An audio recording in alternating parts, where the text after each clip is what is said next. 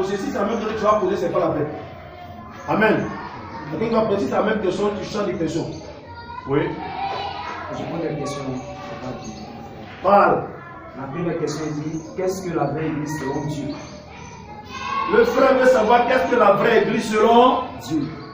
Dieu. Alléluia. Amen. Alléluia. Qu'est-ce que la vraie église selon Dieu? Vous devez savoir qu'il y a 3 types. Non, 3 sortes, 3 types. 3 types d'églises. Il y a l'église épouse ou parole. Il y a l'église dénominationnelle et puis l'église catholique. L'église catholique est divisée en 4 grandes églises. L'église catholique romaine, orthodoxe, luthérienne et anglicane. Alléluia. Donc aujourd'hui, quand nous lisons la Bible dans Matthieu 27, on nous parle de 10 vierges, 5 folles, 5 sages. Alléluia. Les 5 folles symbolisent les dénominationnels. C'est-à-dire ceux qui ont expérimenté Dieu au niveau de la nouvelle naissance seulement. Gloire à Jésus. Alléluia. Donc on nous parle des vierges sages. La Bible dit que les vierges sages seront enlevées. Donc la vraie église selon le Seigneur, c'est une église qui est née de nouveau, qui est basée du Saint-Esprit et qui marche selon la doctrine des apôtres et des prophètes. C'est fini. Voilà. Une église qui est née de nouveau, qui a reçu le Saint-Esprit, qui est bâtie au nom de Jésus-Christ et qui marche selon la doctrine des apôtres et des prophètes. C'est fini. Oui. Ma question est, comment reconnaître le temps de l'appel? Ça c'est le ministère. Comment reconnaître le temps de l'appel? Mais là c'est notre Dieu et toi. Est-ce que Dieu a fait des vies pour venir me servir? Je n'ai pas peur, il va se révéler à toi mon fils, le temps que tu veux me servir, ça va là? Quand le temps est arrivé pour nous, Dieu s'est révélé à nous, il dit tu dois me servir. Voilà. Mais quand Dieu t'appelle, il y a un temps de formation. Alléluia. Voilà, donc le temps de formation auprès d'un père spirituel, ou bien si tu es seul, il te forme. Hein? Il t'amène à avoir faim, à avoir soif, les critiques, les murmures, ton caractère, Dieu commence à briser ça. Parce que Dieu ne veut pas que tu ailles le servir avec un caractère zigzagnatique. Donc il brise ton caractère, il te nettoie, il te pure. Alors, hein? Quand tu es prêt maintenant, quand le temps vient maintenant, il va me servir, il t'envoie maintenant, tu ne peux pas. Voilà. Donc la formation indirecte pour la formation directe. La formation directe, c'est quand tu comprends des pères spirituels. Alléluia. La formation directe, c'est quand il te forme directement. Amen. Amen. Pour que tu aies le caractère que lui veut. C'est ça. Donc c'est Dieu qui se révèle à toi pour dire les temps que tu le serves. Ça c'est une intimité entre Dieu et toi. Une intimité entre Dieu et toi. Oui. Je pense que le dimanche passé, oui. Vous avez fait un enseignement. Oui. Dans un enseignement. La voix du Père, la voix de Dieu. Tout à fait. Voilà. Et puis, en même temps, je me suis rappelé aussi d'un enseignement, le réciproque que vous avez donné dans le passé. Voilà. Vous nous avez dit de ne pas trop se fier à ce que les hommes de Dieu disent. C'est pas faux. Voilà. Maintenant, là aussi, dimanche passé, je me rends compte que vous avez dit le contraire de ça. Vous avez dit non, que toute voix de Dieu qu'on entend, c'est la voix du pasteur. Pourtant, la dernière fois, vous nous avez dit de nous méfier de cette voix-là. Aujourd'hui, je veux savoir si votre intention d'hier tient toujours. Voilà, pour que j'ai pris l'esprit. Ok, il y a dit pourquoi lui prêcher ça. Il est en train de prier, puis le Seigneur m'a dit, il y a des gens à qui tu parles, puis ils vont les prier d'abord avant d'agir. C'est ce que le Seigneur m'a dit. Et je leur dis des choses, et puis ils vont prier d'abord avant que je leur parle. C'est quand ils vont appliquer. C'est pourquoi le Seigneur m'a dit, va leur prêcher, va leur dire que la voix du Père, c'est la voix de Dieu. Alléluia. Mais en réalité, ce que je suis en train de vous dire, vous devez comprendre des choses. Si demain il vous dit que Jésus n'est pas Dieu, que vous me suivez, vous allez vous égarer. Si on vous dit que les femmes peuvent être pasteurs, que vous me suivez, vous allez vous égarer.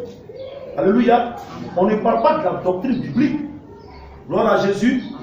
On ne parle pas des manifestations du Saint-Esprit dans la vie d'un individu que Dieu a établi sur une assemblée. Si demain il me dit, frère Alain, il faut prendre 40 jours de jeûne. tu dois obéir à ça.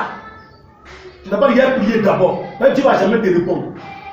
Et la grave erreur des gens, c'est qu'ils aiment dire Dieu va me parler d'abord. Dieu va te parler quoi? Il va te dire quoi? Toi, tu mens, tu rates, tu dors, tu romps. Lui qui prie, qui jeûne pour toi. Il va te parler quoi? Il ne va rien te dire. Alléluia. Tu obéis à ce que l'homme de Dieu t'a dit. Amen. Tu es prudent à ce qu'on t'enseigne. Si on t'enseigne, on te donne un enseignement qui n'est pas conforme à la parole de Dieu, là tu dis non. Voilà Jésus. Mais sinon je te dis, mon frère, ma fille, viens. Tu as quoi? Tu es malade? Prends un balai pour balayer. Il sait que tu es malade, il faut prendre un balai, tu vas balayer. C'est pour ta guérison. Voilà Jésus. C'est pourquoi vous devez avoir le discernement, vous devez avoir le discernement pour le réflexe. Le réflexe au niveau du discernement, c'est très important. C'est-à-dire quand quelqu'un parle, tu dois savoir que Dieu a de lui parler. Dieu ne te parle, c'est pas Dieu qui te parle. Alléluia. Amen. Dieu ne peut pas parler en dehors, il ne peut pas parler à son peuple en dehors de celui qui l'établit. Ce n'est pas possible. Il peut parler donner des directives. Il peut donner des directives. Mais quand c'est des décisions très importantes, Dieu te parle, tu obéis. Tu vois ce qu'il dit? Il n'a rien à voir avec la doctrine de Christ.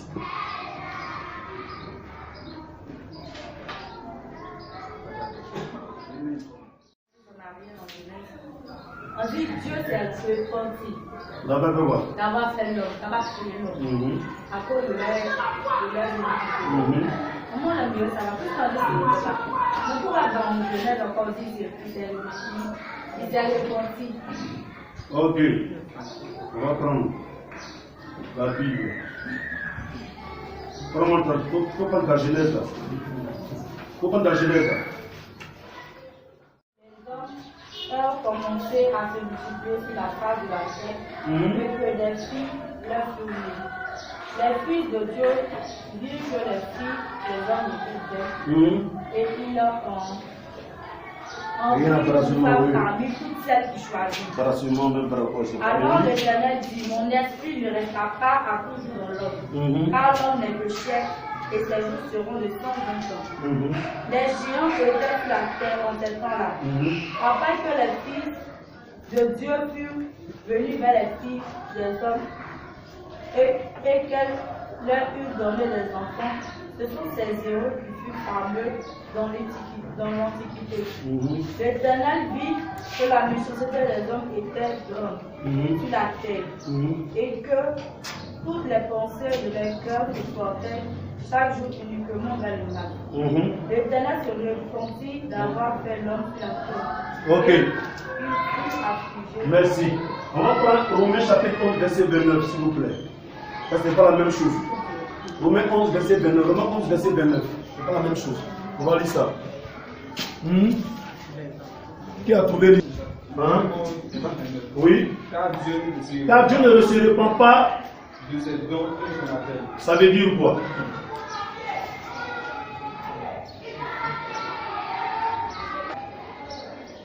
Il dit qu'un soutien d'Israël sera sauvé selon qu'il est écrit, le libérateur viendra de Sion et il détournera de Jacob et de c'est Romains 11. Et ce sera mon alliance avec eux lorsque j'ôterai leur péché. Alléluia. En ce qui concerne l'évangile. Ils sont ennemis à cause de vous les Romains, à cause de vous l'Église, à cause de vous les gentils, à cause de vous les païens, à cause de vous les nations. En ce qui concerne l'élection, ils sont aimés à cause de leur père. Alléluia. On y fait Abraham, Isaac et Jacob. Car Dieu ne se répand pas de ce dont il se rappelle. De même que vous avez autrefois désobéi à Dieu, et que par leur désobéissance vous avez maintenant obtenu miséricorde, de même qu'ils ont maintenant désobéi, afin que la miséricorde qui vous était faite, ils obtiennent aussi miséricorde. Alléluia. Amen. Amen. Donc quand Dieu dit, quand la Bible dit, quand la Bible dit que Dieu ne se répand pas de ce dont il fait référence à Israël pour dire que c'est pas parce qu'on dit vous les gentils, vous êtes sauvés, que Dieu a donné des demandes à Israël. Mais ce qu'il a promis à Abraham, à Isaac et à Jacob, là, quand votre temps va finir, là, il va retourner à son peuple. Maintenant, ce que Genèse dit, je réponds d'avoir fait l'homme. Vous savez, Dieu a deux langages, le langage humain et le langage spirituel. Amen. Et le langage humain, le langage humain pour montrer son découragement, son abattement vis-à-vis d'une situation donnée. C'est ce qu'il a manifesté. Il appelle l'homme. Et le péché a frappé. Depuis qu'Adam et Ève ont péché, le péché a pollué le corps de l'homme. Donc l'homme a commencé à avoir une pensée animale. Alléluia. Donc ce Dieu-là, il rentre dans le... C'est-à-dire qu'il prend le langage humain pour dire, ça lui fait mal. Pourquoi l'homme peut se comporter ainsi? Donc la repentance de Dieu ici, là, ce n'est pas une repentance express, mais, alléluia, mais c'est une repentance qui manifeste sa colère, l'état de son cœur vis-à-vis des comportements inhumains. Peut-être d'accueillir quand même. Alléluia. Voilà. Donc le langage de Dieu est très bizarre ici. On dit mais il ne savait pas. Il savait. Mais ça lui fait mal. Ça lui fait mal. Comme tu dis à ton enfant, pourquoi tu as mis au monde même? Là tu l'as mis au monde déjà. Donc sachez que vos humains là sont aussi des humains de Dieu. Seulement vous comprenez comment Dieu se comporte. Tel est levé dans le côté humain. C'est ce qui l'a amené à devenir Jésus pour venir mourir à la croix. Amen. Amen. Amen. Voilà. Question. Frère Daniel. Posez les questions, hein. Posez les questions, hein. Après, vous regardez si c'est un sujet. Il y a un il y a bien dessus. Je pense que c'est l'occasion ici de poser la question. Frère, nous avons mis, comme tu as dit tout à l'heure, c'est Sadikim TV. Sadikim TV, oui, oui. Il y a eu, il a dit, les opinions des gens sur certains points. Et comme vous êtes là, oui, parce que nous avons ici, il n'y a pas de problème. Ok. D'exprimer. Ok. Et ensuite, c'est là que vous allez essayer de donner. Merci. Ça va entrer, allons-y. Il y a eu un débat. Sur, j'ai dit, la connaissance de la parole de Dieu. Vous avez été témoin. Sur Dieu de la terre. Là, moi, c'est plus rouge. Moi, je suis le modérateur. Là, déjà, le modérateur, oui. Voilà. Et au cours de ce débat, en tout cas, avec les éducateurs, les très chauds que nous sommes blessés en queue de poisson. Donc, l'occasion s'est donnée pour nous poser la question. C'est ça. La connaissance de Dieu se fait-il par contexte ou par révélation? Parce que c'était ça. Ok. Vous savez, il faut savoir que Dieu, Satan interprète, mais Dieu révèle. J'ai oublié quelque chose, mes frères et mes soeurs. Vous ne pouvez pas connaître Dieu par votre propre intelligence. Quand Dieu lui parle d'intelligence, il ne parle pas d'intelligence humaine, il parle de la révélation. Pour que tu puisses connaître Dieu, il faut que Dieu se révèle à toi. Alléluia. Alléluia. Souvent, les gens qui ont fait les Bibles, là, les versions bibliques, là, ils étaient limités à la connaissance de Dieu. Ils n'ont pas qu'expliquer ce que les théologies leur faisaient croire comme vérité. Quand tu prends Louis II qui a fait Louis II la Bible, Louis II n'a jamais été chrétien. C'est un théologien religieux. Donc il a traduit la Bible en fonction de sa connaissance théologique. Gloire à Jésus. Alléluia. Donc les versions bibliques que vous voyez là ont été traduites en fonction de la connaissance théologique des hommes. Alléluia. Mais quand vous montez dans la parole, David a dit quoi dans Somme 119, verset 130? Somme 119, on va prendre pour lui. Somme 119, verset 130. Galates chapitre 2. C'est ça. Hein? Somme 119, verset 130. Oui, lis. Oui. La révélation de tes paroles est claire. Elle donne de l'intelligence aussi. Je préfère mettre à la part des paroles des Écritures, des scènes d'Écriture.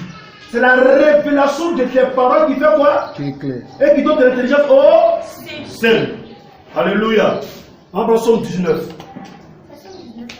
Somme 119.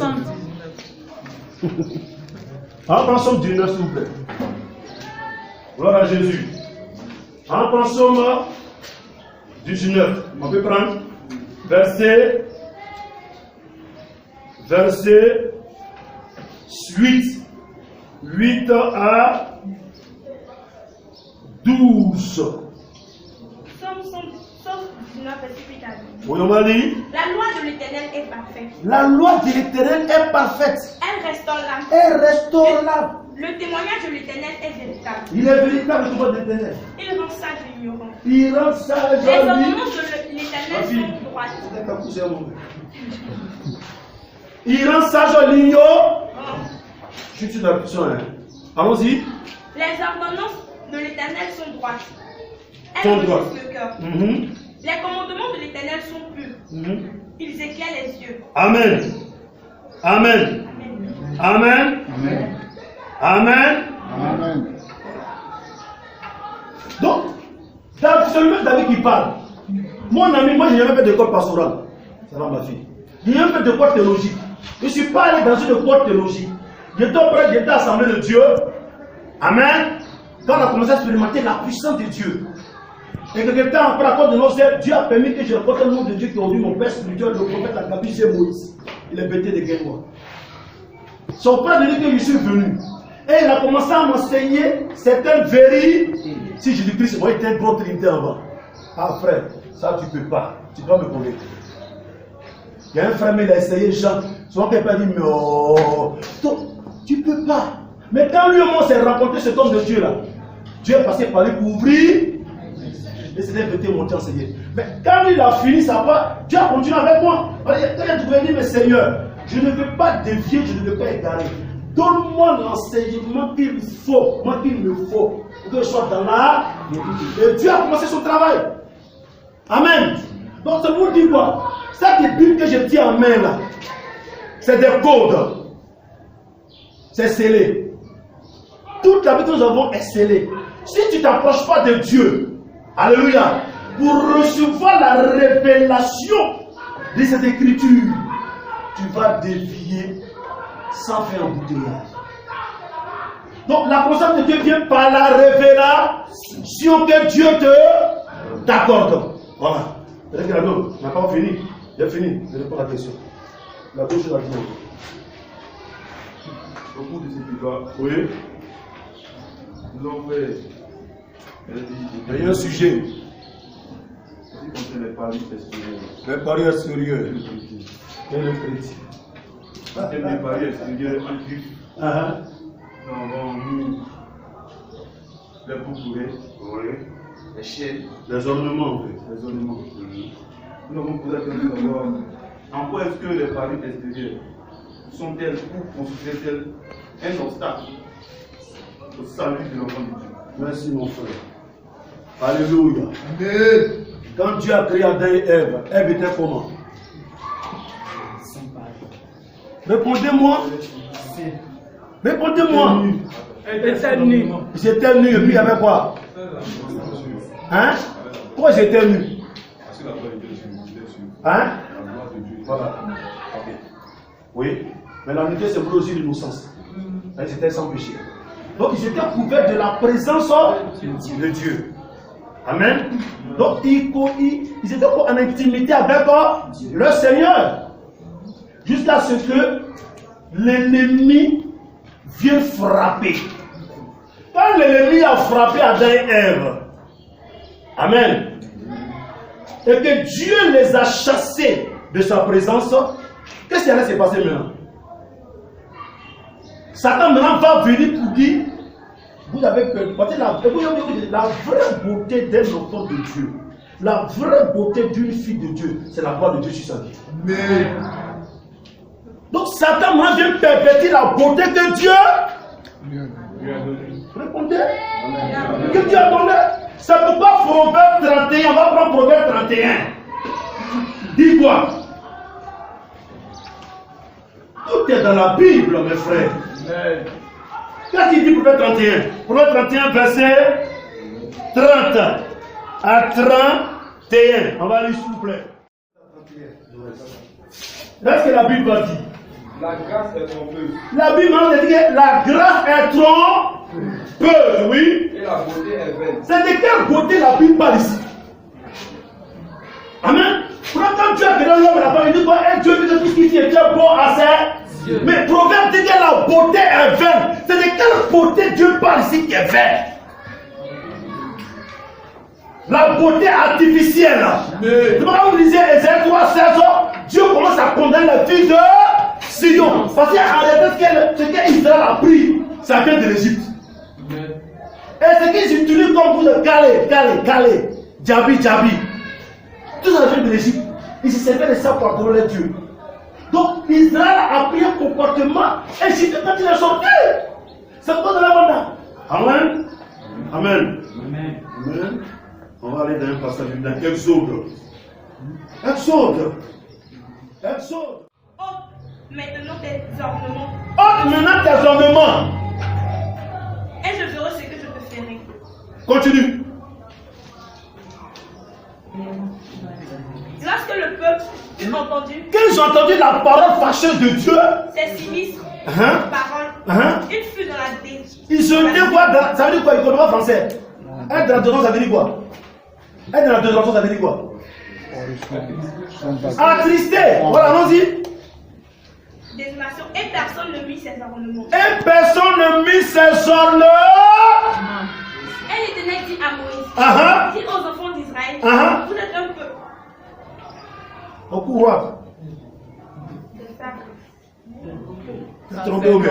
Voilà. Les enfants d'Israël se dépouillaient de leur ornement. Ils se dépouillaient de leur ornement. En s'éloignant du mont Horeb. Mont Horeb, c'est quoi? C'est quel mont? Le mont sur lequel Dieu était descendu. Ils se sont éloignés. C'est-à-dire qu'ils ont entendu Dieu leur dire, enlevez-moi vos ornements, vous êtes rebelles. Amen. Amen. Amen. Même avec Jacob, ça s'est passé. Quand Lévi et Kira, Siméon, sont allés, il y a un qui a violé la petite soeur, Dina, et puis il vient dire qu'il veut marier la fille. On dit bon, Lévi et Siméon disent bon, on est d'accord, mais il veut qu'on veut que les garçons se circoncisent, se circoncisent tous. Ça c'est pas facile, ça c'est facile. Donc ils sont de leur cœur et puis ils ont fait la circoncision. Mais qu'est-ce qui s'est passé après? Simeon et Lévi sont passés derrière, ils ont tué tous les mâles qui étaient là. Leur papa Jacob s'est mis en colère, il dit, vous m'avez livré à mes ennemis. Et quand Dieu devait, je pense que Genèse 30, mais Genèse 34, mais c'est vrai. Quand Dieu devait maintenant aller défendre Israël, Jacob, qu'est-ce qu'il dit? Il dit, enlevez vos dieux qui sont à vos oreilles, dans vos toits, vous êtes tous. Quand ils les ont enlevés, Dieu a commencé à combattre pour Israël et ses fils. Écoutez-moi bien, alléluia. Et vous savez, quand l'Ecclésiaste dit que Dieu nous donne la pensée de l'éternité, il nous a donné conscience. Alléluia. Souvent les gens disent non, il y a ceux qui disent souvent que si tu n'es pas dans la Bible, c'est pas possible, c'est un piège de Satan pour vous avoir. Si ce n'est pas dans la Bible, je ne crois pas. Si ce n'est pas dans la Bible, je n'obéis pas. Montrez-moi dans la Bible, c'est écrit cigarette est mauvaise. Montrez-moi dans la Bible, c'est écrit cigarette est mauvaise. Hein? Pendant Dieu te recherche que c'est un péché. Comment vous expliquez ça? Faites très attention, nous ne sommes pas prétenus que Dieu lui-même. Alléluia. Dieu a dit, on obéit. Ça, c'est d'abord sous la. Même en dehors de la loi. Genèse, ce n'est pas la loi, c'est là de la conscience. Alléluia. Donc Dieu obéit. Et c'est ce que les apôtres Paul et Pierre ont repris dans 1 Timothée, dans 1 Pierre 3. Souvent, on vient changer les Écritures. Alléluia. Amen. Tu peux avoir plusieurs versions à la fois, mais fais attention à ces versions. Il y a des versions qui tuent la puissance des Écritures. La soeur Rebecca, qui la connaît ici? Qui connaît Rebecca? Amani connaît, vous le connaissez. Rebecca est venue ici, elle est quittée à où le pasteur Daokoro. Elle a dit, me voit, m'appelle, je suis venu à chercher ce marché. Elle dit, papa, je vais te voir. Les ornements, c'est comment? Je suis pas loin. J'ai pris un Pierre, un Timothée 2,9, il faut lire ma fille. Elle dit, ah, mais c'est ça. Elle a enlevé ses ornements. Ok, je dis, mais que Dieu me sert à accomplir. Elle va à la maison. Après, il y a bien pour elle pour choquer, pour choquer. Elle va à la maison. Elle est couchée. Voici un démon sirène de eaux qui lui apparaît. Elle lui dit, mais où sont tes boucles d'oreilles? Elle dit, non, je les ai enlevées. Elle dit, mais pourquoi tu les as enlevées? Pour les mettre? Elle dit, non. Elle dit, non, ça fait. Voici vos langages. Ça fait sortir. Ça fait sur le côté femme. Le côté femme. Comme si c'est oreille percée qui coupe l'homme est femme et femme, l'homme est l'homme. Elle dit, elle n'aime pas. L'esprit lui a dit, vilaine là. Et puis l'esprit a disparu. C'est pourquoi que tu mets ses pieds ici. Parce qu'elle s'est condamnée à lui. Amen. Amen. Donc la Bible est claire. Les gens disent que Dieu n'est pas Gaou. Si Dieu a mis un bébé femme au monde, et puis il n'a pas passé les oreilles, toi tu es qui pour faire ça aux oreilles de ce bébé-là? Tu es qui? Dieu crée, Dieu te fait sortir. Il met un bébé femme, tout ça. Au monde. Il n'en a pas pris le temps, il a mis les seins. Il a donné les yeux, les oreilles, c'est pas ça? Il a donné les bras, les fesses. Il a donné le sexe féminin. Mais il n'a pas percé les oreilles du bébé. Toi, tu es qui pour percer les oreilles de ce bébé pour dire à Dieu que non? Oh Seigneur, tu es un gaou. Moi, je suis trop iré. Il n'y a pas les oreilles de ma fille. C'est l'ignorance qui fait ça. Et vous qui connaissez la Bible, vous apprenez ça. Il y a un jugement de Dieu sur vous. Moi, ma fille, elle s'est née. Ses oreilles sont percées? Non. Elle n'est pas femme? Elle n'est pas femme. Ma fille Déborah est née, ses oreilles sont percées? Non. Elle n'est pas femme. Quel mensonge du diable. Vous acceptez le mensonge du diable facilement. C'est que vous discerniez. Vous avez un problème, oui. Alléluia. Quand quelqu'un ne fait pas une concentration très profonde, il y a des pensées de Dieu qui ne peut pas, à laquelle il ne peut pas accéder. Ou jouer la vie spirituelle. Amen. Amen. Tout ce que j'en sais, c'est ce que j'ai reçu de Dieu. Que j'ai reçu. Donc voilà ça, frère. Frère Daniel, comme ça, d'abord la question. C'est toi? Oui. Je viens vers la suite du temps. Je veux qu'il y ait un modérateur aussi pour dire, pour prendre. Ah, c'est d'abord fini. Non, n'a pas fini. Allons-y. Bon, après tu reviens. Ok, frère, allez. Voilà. Donc tu vas te modérateur en même temps. Voilà, tu gères. Amen. Voilà, c'était pour compléter aussi ce que le frère Daniel a dit tout à l'heure. Pas ça. Est-ce que de nos jours, maintenant. En même temps, prenons Deutéronome 16, allons y aller. Est-ce que maintenant, je sais que là, je parle. Oui. Est-ce qu'on peut parler encore de ce que Dieu voulait qu'on fasse? C'est que, bon, de révélation. De la part de Dieu. Est-ce que ça peut exister maintenant? Parce que je pense avoir lu dans la Bible que de nos jours, tout ça c'est fini. Qu'il faut se conformer à ce que Dieu a laissé comme instruction aux autres. Je ne sais pas si ça existe toujours. Donc, est-ce que maintenant, maintenant, il faut toujours se conformer à ce que les apôtres disent toujours, ou bien c'est fini? Frère, moi je casse pas ma tête. Quand Dieu s'est révélé à moi à Boaké en 2001, en 1914, non, 14, non, 16. Amen. En 1980, à Boaké, à Belleville 2. Il y avait une manière que j'ai évolué, les quartiers évoluent. Alléluia. Dieu m'a dit, mon fils Julien, il était choisi pour dévoiler les œufs de la reine des eaux. Donc je dévoile tout ce qui est reine des eaux. C'est mon ministère. Alléluia. Et à la question de mon frère, les apôtres fuient la lumière du jour. Il n'y a pas notre lumière supérieure à la lumière apostolique et prophétique. S'il y a un passage qui s'élève pour dire la supérieure aux apôtres, il vient de l'enfer. D'abord le frère Roger, il est venu par les flammes de l'enfer. C'est de manger. Alléluia. Tout pasteur, tout prophète, tout évangéliste, tout docteur, tout apôtre, alléluia, a l'obligation et le devoir de se soumettre aux enseignements des apôtres et des prophètes. Si tu vas concentrer, tu es un enfant du diable, tu es plus que le diable. Tu vas combattre Dieu et puis prêcher Dieu en même temps, c'est pas possible.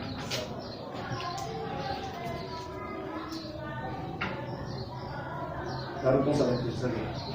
Question. Le modérateur. Ok, allons-y. Oui. Tu finis puis on va revenir ici. Oui. Non, c'est. Je vais dire quelque chose. Lors du débat, quand je suis ma mémoire est bonne. Oui, ta mémoire est bonne. Vous avez dit aujourd'hui La Bible est limitée. La Bible est limitée. Waouh! Elle est illimitée. Hey. Ça choque les gens ici? Ok, allons-y, frère. Parmi les débatteurs, il y a une qui essaie de trouver la Bible. Oui.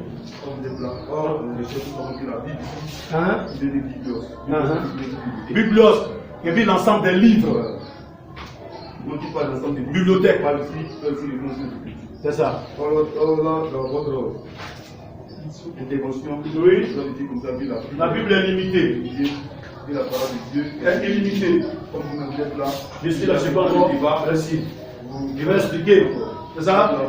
Ok. Alléluia. Amen. Gloire à Jésus. Amen. Tout est biblique. Amen. On va dans le livre des Jean. Dans le livre de Jean. Oui. Et sa parole ne demeure point en vous. Il parle aux pharisiens. Hein? Parce que vous ne croyez pas à celui qui a envoyé. C'est-à-dire vous n'êtes pas la réponse de celui qui m'a envoyé. Ce que ça veut dire. Vous sondez les Écritures. Ah, vous sondez quoi? Ok, on appelle les Écritures par la Bible. Vous sondez la Bible. Parce que vous pensez avoir vous pensez qu'en voit en elle la vie éternelle. La vie éternelle. Ce sont elles qui rendent témoignage de moi. Alléluia. Et vous ne voulez pas venir à moi avoir la vie. Donc, qu'est-ce qui empêchait les Juifs d'accepter Jésus comme leur Messie? C'était la loi de Moïse. Parce que Moïse était un grand prophète. Et la Bible de Moïse, il n'y a pas un prophète plus grand que Dieu aussi, il est trop fort de ça. La Bible dit que Jean-Baptiste plus que tous ces prophètes. Alléluia. Ils méditent, ils lisent la Torah. Ils ont les Écritures dans leur main. Alléluia. Est-ce que c'est mauvais? Mais le problème, c'est qu'il manquait quoi? La révélation des écrits. C'est pas la pourquoi dire que la lettre tue, l'esprit vivit. L'esprit vivit. Et puis Jésus l'a dit. Vous croyez que ça n'est surtout quoi? Oh, ce sont les écritures même là. Qui rendent témoignage de. Qui me révèlent. Mais vous ne voulez pas venir moi pour voir là. Qu'est-ce que je vais dire, frère Daniel? La Bible est limitée dans ce sens que Jean 1 dit quoi? On commence à mettre les Écritures. Vous connaissez quoi? La première fois, c'était les Écritures. Gloire à Jésus. On commence à mettre la parole.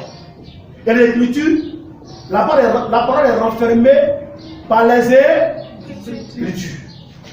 Gloire à Jésus. Je prends l'exemple. Tu es en train de faire une délivrance. Et puis tu chiffres la personne.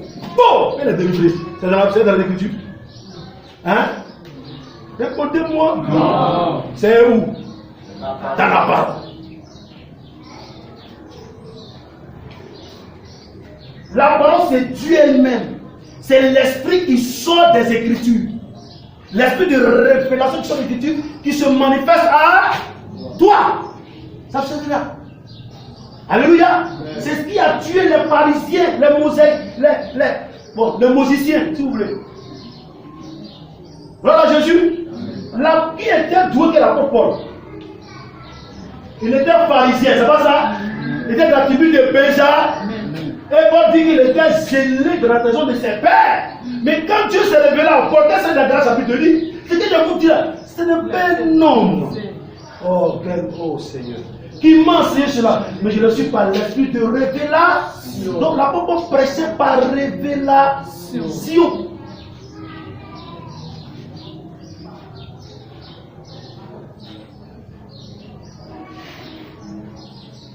La parole c'est Dieu, mais la Bible n'est pas Dieu.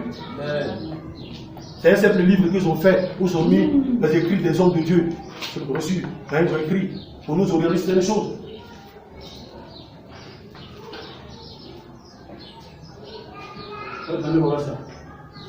On va dire que la Bible est limitée, la parole de Dieu n'est pas limitée. Allons-y, frère. Allons-y. Non. Alors non. Après on va lire ça. Car mes frères, oui, j'ai appris à votre sujet, oui, par les gens de Chloé, oui, il y a des disputes au milieu de vous. Oui. Je veux dire que chacun de vous parle. Ainsi. Moi je suis de Paul, et moi d'Apollos, oui, et moi de Céphas, et moi de Christ. Christ est-il divisé? Paul Voilà. a dit, remonte le verset 10. je vous exhorte, frères, par le nom de notre Seigneur Jésus-Christ, à tenir tous un même langage Un même langage. et à ne point avoir de division parmi nous. Pas de division parmi nous. Mais à être parfaitement unis Parfaitement unis dans un même esprit dans un même et esprit. dans un même sentiment. La version d'Arbi dit les mêmes opinions. Alléluia. Ce que j'aimerais rectifier ici, chacun doit avoir une conception de sa position biblique. Tout véritable enfant de Dieu doit avoir la conception de Dieu selon sa parole. Alléluia. Ça veut dire quoi? Si le frère Diapose, le frère Daniel, il m'a donné un enseignement. Amen. C'est pas parce que je ne connais pas que ce que Daniel me dit c'est faux. Alléluia. Si je connais le frère Roger, il me donne un enseignement, pas parce que je ne connais pas qu'il dit ce qu'il dit est faux. Mais qu'est-ce qu'il doit faire? L'enseignant m'enseigne quoi? Elle me met devant Dieu et de demander à celui qui appelle la Bible là, Seigneur, je choisis tes serviteurs. Ce qu'ils disent là, c'est vrai mais c'est faux. Dieu n'a pas peur de me dire c'est faux mais c'est vrai. C'est l'erreur des Ivoiriens en Côte d'Ivoire. C'est la grave erreur des Ivoiriens en Côte d'Ivoire. Qui croit qu'elle a dit mais existe ici? Mais combien de milliers de personnes croient qu'elle a dit mais existe? Ils sont nombreux, non? C'est biblique, non? C'est biblique. Je ne sais pas dans la parole. Je pose la question au Seigneur.